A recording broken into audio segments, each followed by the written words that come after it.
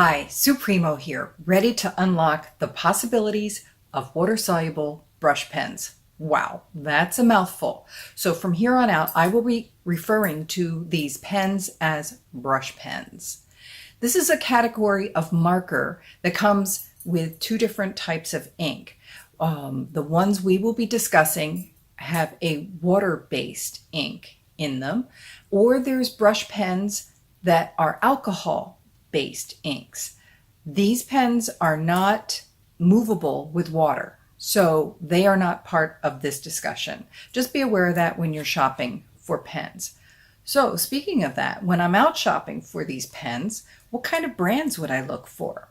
I've worked with a number of brands, and to name a few, Arteza, Pentel, Econoline, and Tombow are all good products.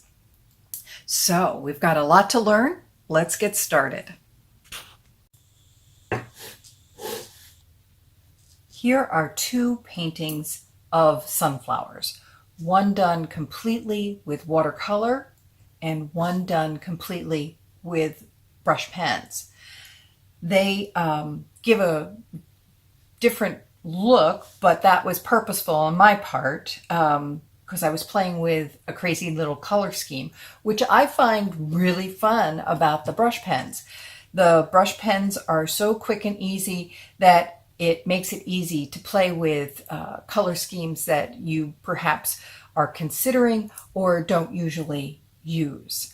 And the other thing that's very fun to know is that the brush pens can be used on our watercolors. I could come in here and pop in some nice deep darks with my brush pens, or I could come over my brush pen painting and add some watercolor to it if I so desired. We also want to know that these are very portable products. This happens to be Tombow's product, one of their sets, and look how small and compact this is. I have 9 pens and 1 blending tool, and I can travel for the day, slip this into my backpack, and I'm good to go painting all day. If you happen to have bought a brand that didn't come in a blister pack, then no problem. Perhaps you purchased your pens individually or they came in a box. No, you can grab a handful of them, wrap a rubber band around it, and slip that into your backpack as well. These pens feel very natural to us. They have the same feel as any pen, pencil, or stylus, so we feel quite at home using these things. They often have dual tips, and the first tip is, or the biggest tip, is a brush tip. And that's usually made of nylon, sometimes felt, and some rare moments they will be brush tips, literally, but they give a nice broad stroke. And then the other end is a fine point. And you can get very exacting line work with this fine tip. The last thing I want to mention is that these pens have incredible longevity. This set that I've been using, I have 2 sets, and this set is the 2 sets I've been using for 1 whole year. This set and the other one have been in my use for the past year, and I've let my students use it, and I certainly have made good use of them and find that they just keep on putting out ink. So I'm happy with the product and its long life. So what are the basic ways we can use brush pens? Well, let's start with 2 colors. So I'll put down some yellow and some red, keeping them quite separate. And in my set, I happen to have a blending tool, and you don't need it. I've never used mine, to be honest, but I'm told calligraphers and other people really enjoy this feature. I can, with this blending tool, make these 2 colors soften and make another color I can also take this color, and you're going to say, well, gee, Sue, that blending tool must get dirty. And it does. It's got quite a red tip on it now. But look at this. I can add it to the piece I'm working on, or if I have a scrap piece of paper, I can get the excess color off that I don't want in my blending tool. And this is true of all the pens. They all are self-cleaning. So let me wipe that off, and then I can come over here and pull out that yellow and get very soft gradations of color. Okay, blending tool. The other way is to once again take yellow, take my red, and it doesn't matter which of these two tools I use or which of these two colors, but if I take my yellow and as soon as one of them bumps into the other one, the two colors start to combine, making a third color. All right. And this, if I pick up too much red, it all comes out and the tip gets completely cleaned again. And finally, the third way is to use water. So in this case, we have the two colors. I have an aqua pen filled with water in the well, or you can use any brush and bucket of water. And all I need to do is activate this area and get these two colors merging because of the water. And I can start to create a third color. I can soften all of these edges. And the longer the water sits on the paper, the more it softens the fibers. And even though you might see some hard edges in here right now, it does soften as it dries. So I wipe off any excess color I don't want. And I come over here and I'm going to work on the yellow side and pull out more yellow or add more yellow into this. There we go. So, and just like everything else, if I have too much color, I can take it and move it elsewhere. Or if I want some more red over here, I can add that.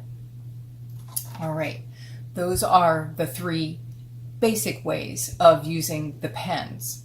A word about the paper.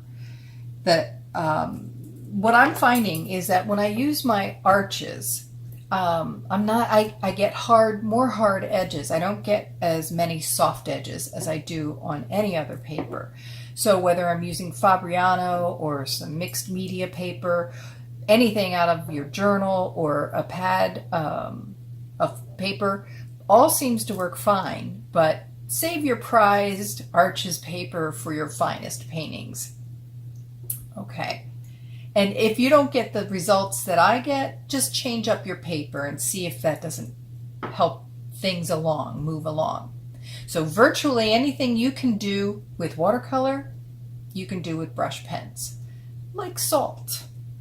Here are some examples. Here is a flower head, a sunflower head that I had done with greens and magentas and some yellows. Crazy color combination, but it all worked with these being inks. And then before it all dried, I dropped in some salt, regular old table salt. Here's another one, and more magentas, reds, and blues. And again, I love this patterning for something like the flower head of a sunflower. Right. So there's no better way for me to explain how brush pens work other than to paint with them. So here I have a very light, delicate drawing, just actually quick, sketchy drawing of a flower another sunflower coming into the picture. I mean, we're on a theme, may as well stay with it. So coming into the picture, and then I'll show you using the salt on the flower head. Get my palette put back together. All right.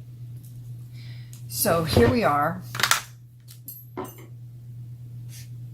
I'm going to start adding, I should say, my light is coming from this side. So, or that's what I'm envisioning. So I'm envisioning that all the lightest lights will be out here on the flower head along the top side of the stem, and these leaves and petals that are back here catching light.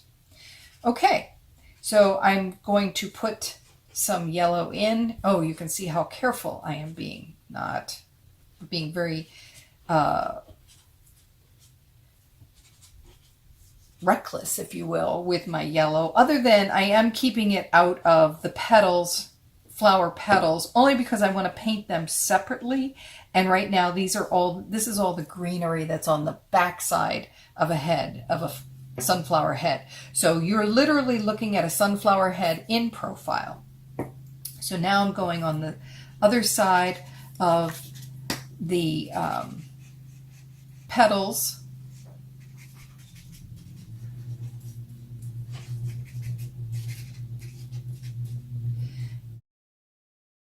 There, let's try maybe a secondary orange, and why not? I'll put that more in my shadow side.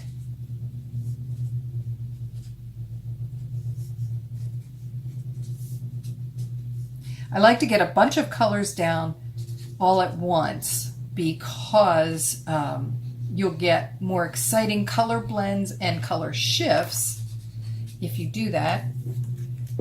And this is not working, so. And especially when you're using salt, you want to get as much color down as you can right away, so you don't have to go back in and cover up all that beautiful texturing that you get from this technique. So that's good with the orange. Maybe I'll use some dark red. Why not? In my deepest recesses that are hiding in the shade.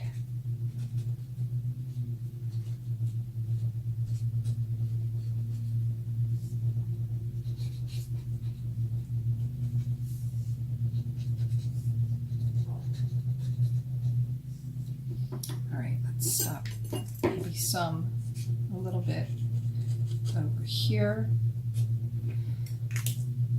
And let's see, how about a light green? Why I want to put some light green in, I want to put it near my dark red. And the reason is I get some nice earthy tones from their combining, and I like that. So that's what I'm going for by adding some of it here.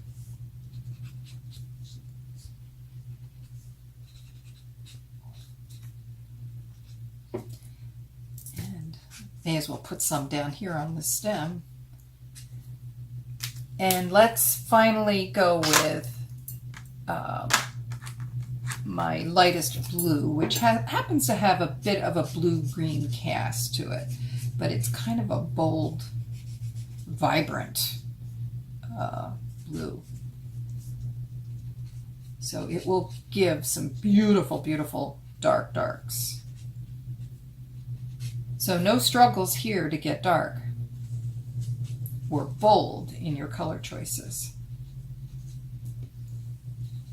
All right, let me just add one little thing, a little more yellow here. Didn't intend to do that, but I did. There you go. And on my flower head, I know I need a little more color. So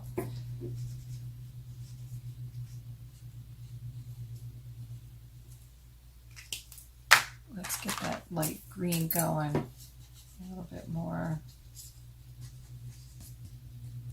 And you can see that I'm not coloring whole sections, or trying not to. I'm trying to be more sporadic about my marks.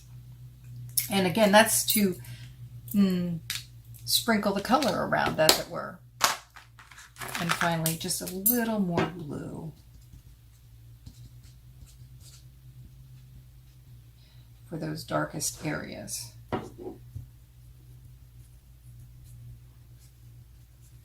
right. So now what's going to happen when I add water? Well, let's just see.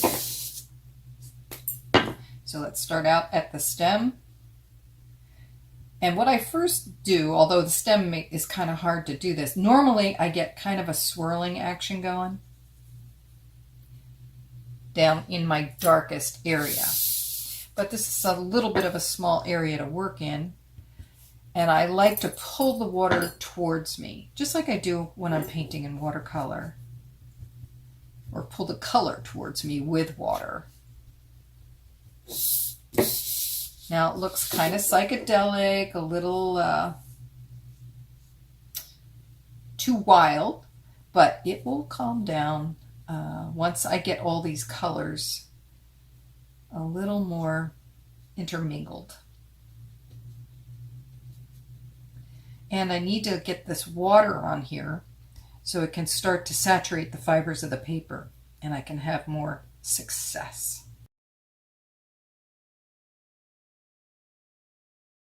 Now I can go back, because this has been sitting here for a little bit. I don't like that hard line. That's okay. I'm not thrilled with that, but I have a way to fix that. But for now, I have to just let it rest and let the water do its magic on the paper and keep moving on to the next areas. Then I can come back, because I can glaze any number of colors over top of these. I can alter if it's not green enough, or it's not yellow enough, or it's not whatever enough. I can always come back and glaze over just like I can with watercolor.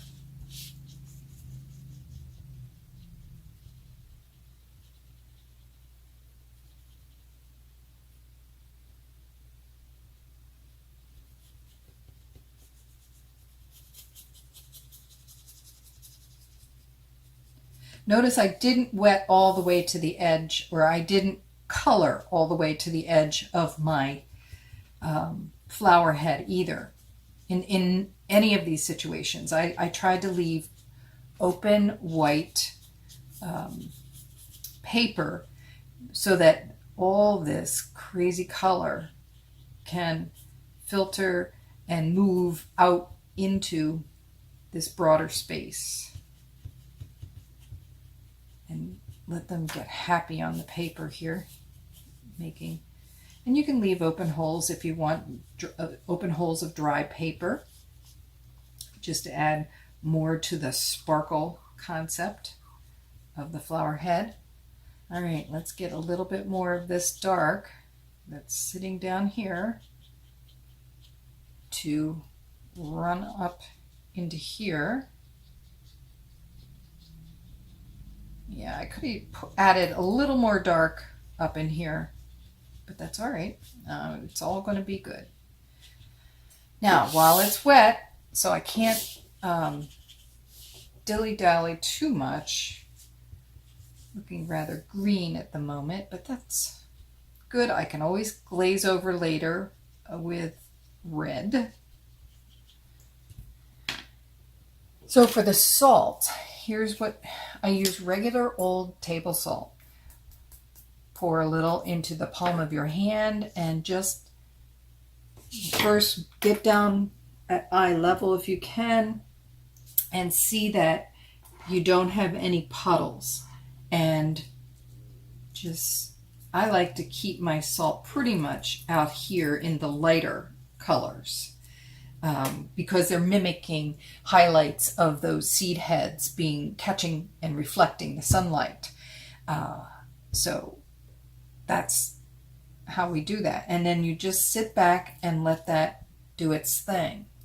Then put the rest of the salt back in the container and let this sit for a few minutes while we look at another great aspect of using brush pens. So what do you do when you don't want color that is so strong or so vibrant, when you want soft, pale color passages? Well, let me show you what happened with a scene I was trying to capture while in Portugal.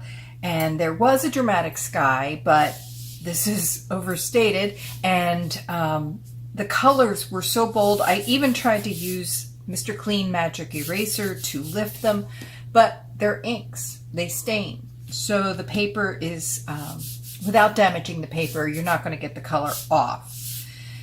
But still, the sky was way too dramatic. So then I learned a little secret about pale passages and how to use these pens to get muted or diluted color. What you do is you use your blister pack like a palette if you have one. If you don't, any lid from a Tupperware or Rubbermaid container will work. Any plastic packaging lids will work, and just bring those along, because here's what you're going to do. You're going to put your color out onto the palette, and it'll dry, and that's okay because it'll reactivate when we wet it. And I'll put a few blues out.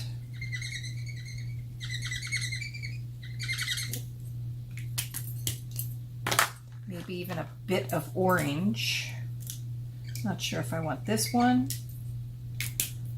Or I'm also going to add some colors. Here's my, see, it's a little paler, my secondary orange. And maybe I'll go, no, that's too dark. I'll go for a bit of lavender. All right. Oops. All right. So what you do is you take your brush, your wet brush, freshly dipped in water, or in my case, my aqua brush, and you pull some of this color, activate some of the color, and I'm thinking, well, that's kind of a darkish orange. I'm not sure I want that just yet. I'm going to add just a little more water to it so that I can test it on my paper before I just add it. And clouds can have a bit of the opposite colors of blue, the complement. So in this case, I'm going to put a little orange into the sky, or into these cloud shapes. And that was a little darker than I wanted it, but well, it'll be fine. We'll just keep building up these layers of color. But the point is, I can get this color extremely pale and muted. I had some red that I had put down previously, and it's a little too red, so I'm going to calm it down with the orange. And like we do with watercolor, just pull this out with water and you won't see any edges. Let me use something that's darker so that perhaps it'll show up. This area is already wet, so ooh, that's much too dark. So I'm going to add more water to it.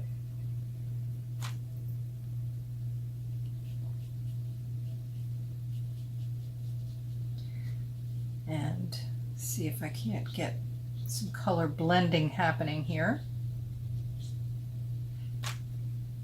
And clouds are a curious little thing. It's sometimes you want hard edges and other times not. If you get a mark in there that you're not excited about, like I just did with a sort of a hard edge, add more of that same color and then just pull it out with water and you'll hide it. All right, let's get just a little bit more of this in here.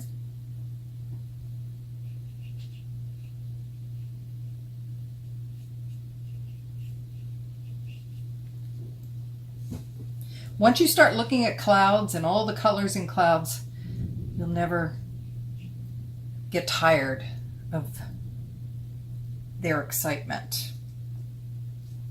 Okay, let's use a little bit more here on this to connect. Clouds are usually flat on the bottom, usually, because that's usually where all the moisture tends to gather and weight the clouds and add a lot of darkness to the bases of clouds. Speaking of clouds, I got a thunderstorm going on outside. And on I would go. I would continue in this vein to add or build my sky and my cloud shapes in here, just gentle with soft color. This would be a great way to handle water, clouds, all sorts of really soft, pale things. Very soft petals of flowers would be another great subject utilize this with. But in a very quick way, even though I'm laying down layers, it dries quickly, and I can work quickly as a result because of its quick drying properties. So let's just put a little bit of orange right here at the horizon.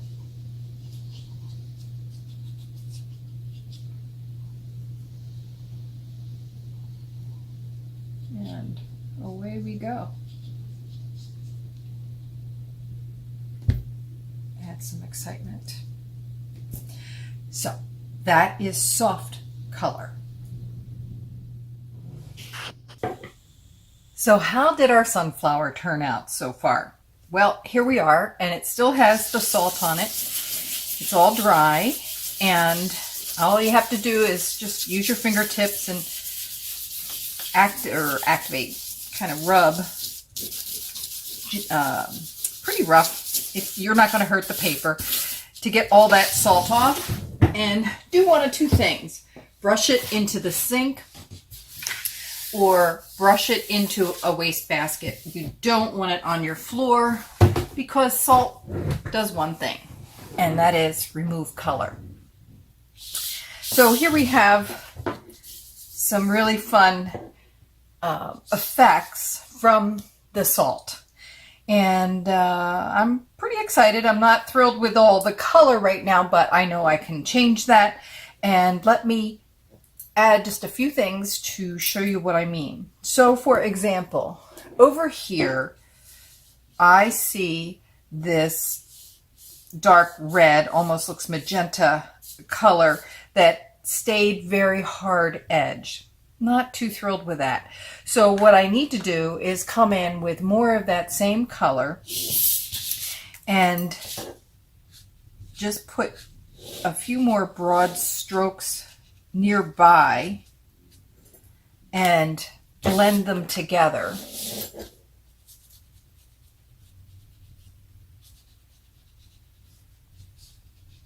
I love red and green together.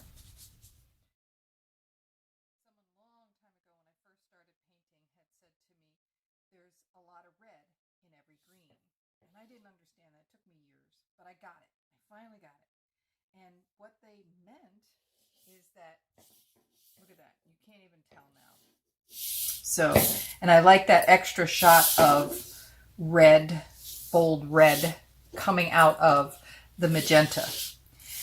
The other thing I want to do is I'm going to just put in a couple of quick colors here so you can see some of the petals curling over from the other side. I actually got kind of carried away here and made my flower head quite large, so or puffed up, so it's starting to look like a cauliflower head, but we're having some fun. So what? So here we go. These are on the very sunny side, but I'm looking at the underside of them, so I'm going to use colors that are more muted. So I'm using my secondary set of colors. I'm trying to understand my own drawing. All right. And let's get some bright yellow in there as well.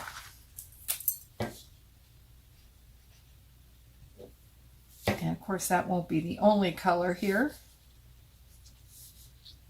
But these are small things, small shapes, so I don't need to have a whole lot of color, but some would be helpful. Let's use some orange in this darker area. And I think for right now, do I want to add anything else? Maybe a shot of red. Since I have so much red over here, it'd be nice to see a bit popping in on this side. All right, that's it. So once I hit this with some water and get these colors to blend and merge, hopefully you'll start to see this flower come to life a little bit better. What you see me reaching for as I go off screen is my dab towel. So I'm just wiping off any excess color that I don't want to transfer elsewhere in the painting onto a dab towel.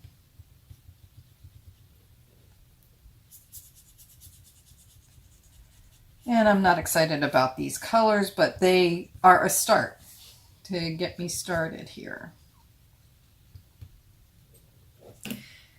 Now I think what I want to do is add a little more yellow, but because that's wet, the only way I can do it is this way. I made the mistake one day. I thought I was so clever. Let's add more water here. I thought I was so clever, and I thought the way to get the paint off of here was to just use my brush and brush the tip. Well, what I also found out was that by wetting that tip, it stops working. It stops putting out ink, at least for 24 hours. Once I capped it, let it sit for 24 hours, it worked the next day.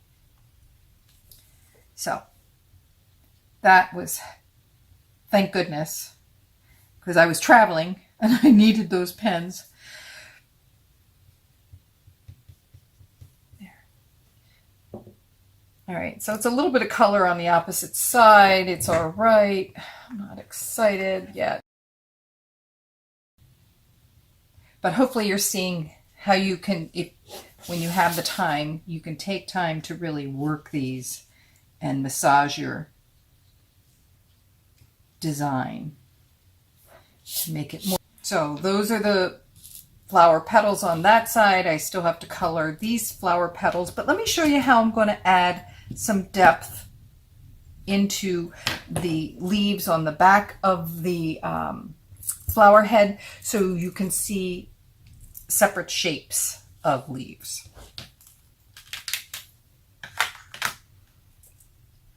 And to do that, I can use any number of, some of my dark greens or dark blues. And I like the greens over, I like some of these magenta purpley colors, but I think I have just a wee bit much of them. And I'd like this to read, it's a little wet yet, I'm going to let it dry just another minute or two. I'm going to add yellow, glaze it over top to make that just a little more yellow in nature. Same with these leaf tips pointing in and out around here.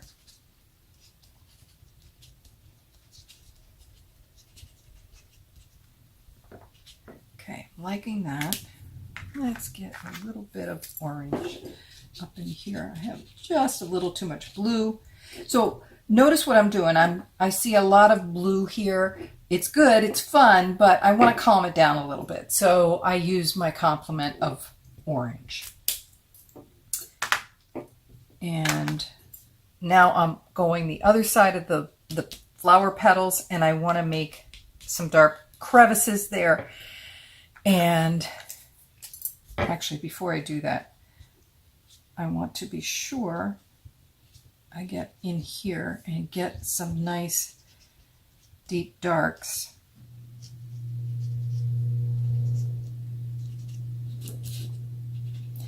with my blue. All right, good there. Now I'm going to do the same thing with the blue on this side of the flower head. Come in and just get a little more.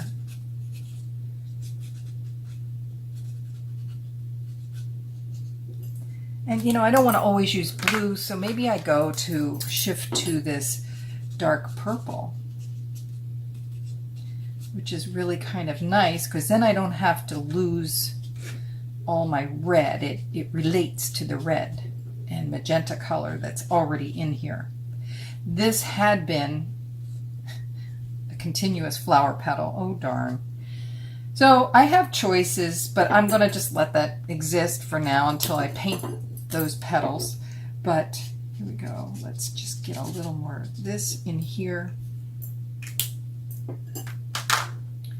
And I think my last color, well, I'm going to have two more last colors. A little more red. And a little pale green. And the reason is I want to calm that red, keep it calm.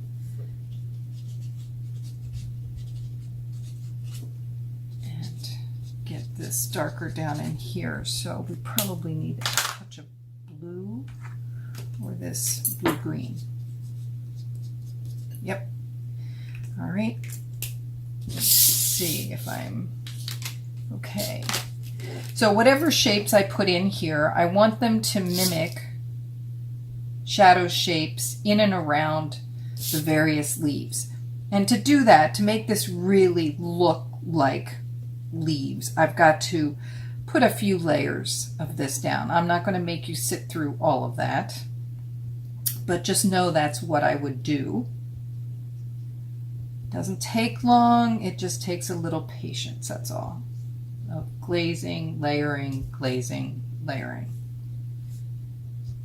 So you can see I'm wetting that darkest area, pulling it out, and then with the water, leaving shapes on my petals or leaf shapes, wherever, leaving shapes of that darker color to help negative paint leaf shapes. And you know, those leaf shapes are usually quite curled and they're all tangled in every which direction, so you really can't make a mistake.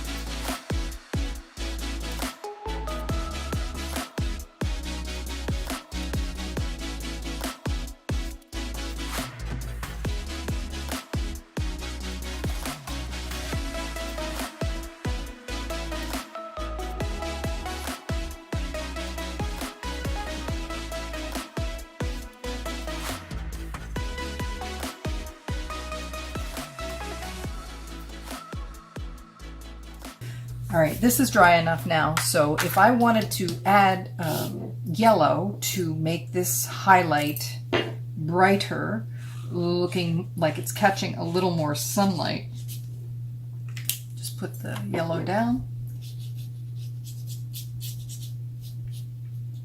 And unlike watercolor, these brush pens tend to, the color you see is the color you're going to get. And they don't get paler as they dry. They stay, the vibrancy you see is the vibrancy you're going to get. So just to finish this up to at least one point, these dark colors in the flower head.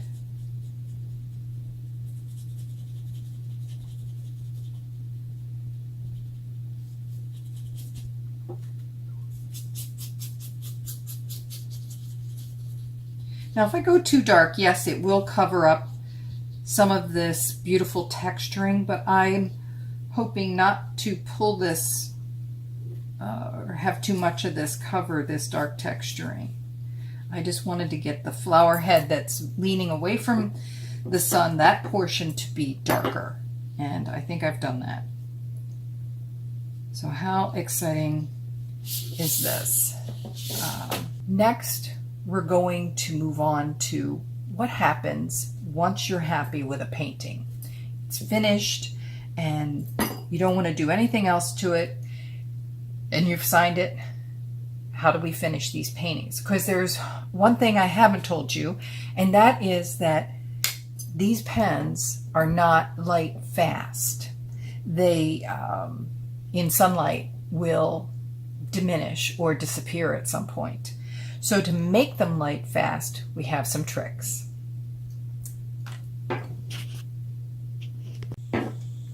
So how do we finish these? Once we're happy with what we've put on the paper, we've signed our name.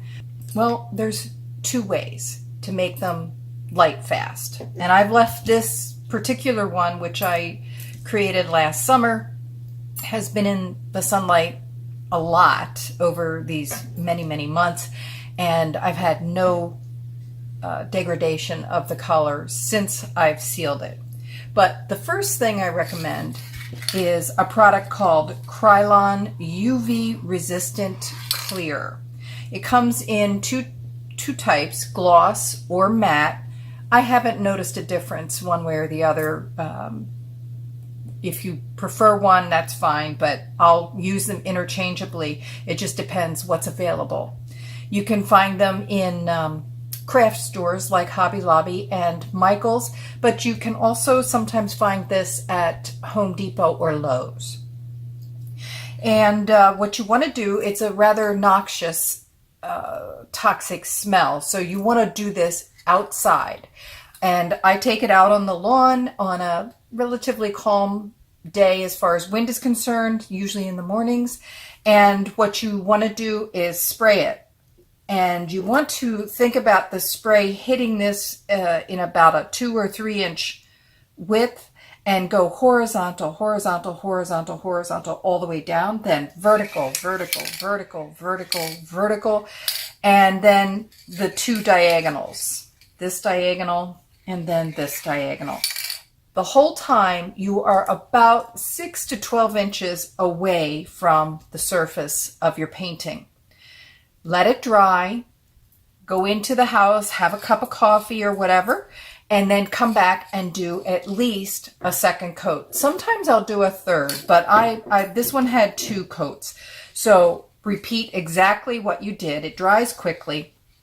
So horizontal, vertical, and then the 2 diagonals. And then once it's dry, I bring it into my house, let it sit on a porch to air out, because it, being paper, is absorbent, and it does absorb the smell of that spray, and I just don't like it in my house, so I let it air out on my porch for a while, just a couple of hours.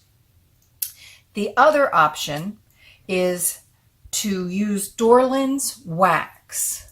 Is mostly beeswax, but what you want to do is unscrew the lid, scoop out a couple fingertips full, and with 2 or 3 fingertips just rub, rub, rub, very small circle, circle, circle, circle, circle, circle, all the way until you've completely covered your surface of your painting in a very thin layer of this wax. Once you've done this, one of these 2 procedures to the surface of your brush pen painting, it's 100% sealed. I would also recommend doing that, one of those 2 procedures, if you had a watercolor painting that you used to some degree your brush pens. So for example, let's say I wanted to come in here and add some nice deep darks. I don't want the blue. Let's try violet. So I'm going to come in here and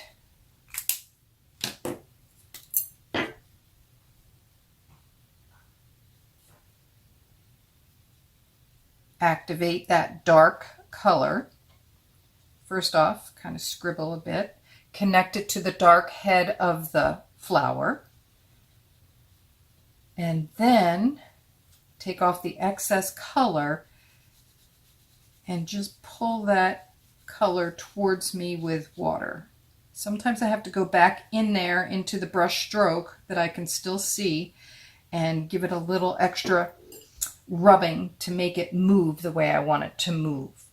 But this is a very fun, quick, and easy way, can be very accurate method of popping in quick dark passages or bold passages. When this dries, I can still see my brush mark.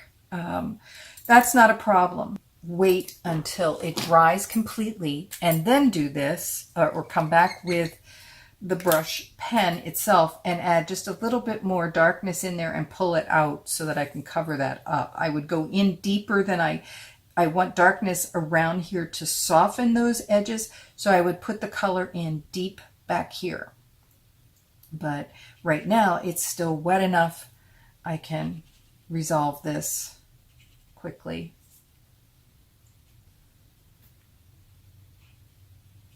With a little of the paint off my palette. You want to be sure you seal your painting to make sure everything in here is light fast. And you can do that with Dorland's wax or with Krylon UV spray. Thank you for joining me for this Art Spark. It's been a joy painting with you. I hope you are inspired to experiment and paint with brush pens going forward. If you'd like me to teach locally, or if you'd like to join one of my art adventures, please consult my website, www.teemingpondinc.com, or follow me on Facebook, Sue Primeau Art Adventures. I look forward to painting with you again.